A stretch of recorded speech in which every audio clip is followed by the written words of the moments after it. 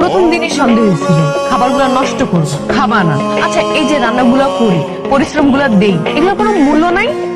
কি মনে করো এগুলা না খেলে তুমি সুস্থ হবা? প্রথম দিনই উচিত ছিল ঠেসে ধরে খাওয়াই দেওয়া। এরকম কি? হ্যাঁ, তুমি কি মনে করো তোমাকে এইভাবে দেখলে আমি ভয় পাবো? একটা থাপ্পড় দিয়ে তোমার এরকম করা ছুটাই দিব। ধরো, খাও খাও।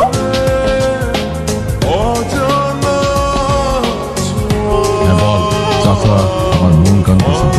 আরো কয়েকদিন কান্নাকাটি করছে। কিছু একটা বলতে যাও, আমার বলে নাই। সত্যি করে বলো তো চাচা, কি হয়েছে? বাবা হচ্ছে কি, ওর ইউনিভার্সিটির ছেলে, ওই কি আরমান নাকি ছেলেটার নাম, বুঝছিস? কয়েকদিন যাবত ওই ছেলেটা খুব ডিস্টার্ব করতেছে। তারপর আমি ওরা বলছি যে তুই চিন্তা করিস না, আমি ইউনিভার্সিটি যেয়ে ওই ছেলের সাথে কথা বলবো, কিন্তু ও আমার যেতে দেয় না। আমার মনে ডিস্টার্ব করতেছে। ও জানে না ও কোন পরিবারের মানুষকে ডিস্টার্ব করতেছে। বাবা শোন, একটু শান্ত হ, বুঝছিস? ব্যাপারটা আমি দেখতেছি, আমি আগামীকাল ইউনিভার্সিটিতে যাইয়া টিচারের সাথে কথা বলতেছি। আর ওই ছেলেকে আমি বুঝিয়ে বলবো। তুই এর ভিতরে না চলে আসছে বাবা, আমাকে দেখতে দে ব্যাপারটা।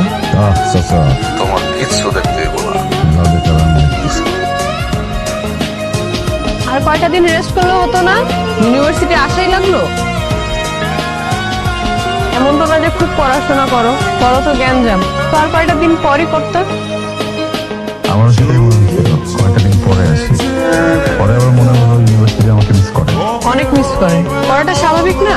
ইউনিভার্সিটি অভ্যাস হয়ে গেছে মারামারি গ্যাঞ্জামের। তুমি থাকলে তো একটু মারামারি গ্যাঞ্জাম হয়, ইউনিভার্সিটি গরম থাকে, কিন্তু তুমি তো নাই, তাই ইউনিভার্সিটি একটু ঠান্ডা হয়ে আছে। ইউনিভার্সিটি এমনই, সহজে কিছু করে না, কিন্তু যখন করে তখন খুব বাড়াবাড়ি করে ফেলে। মিস্টার আরমান, আপনি যে খুব ভালো একটা মানুষ তা না, খুব যে সুবিধার তাও না, কিন্তু আমি আপনাকে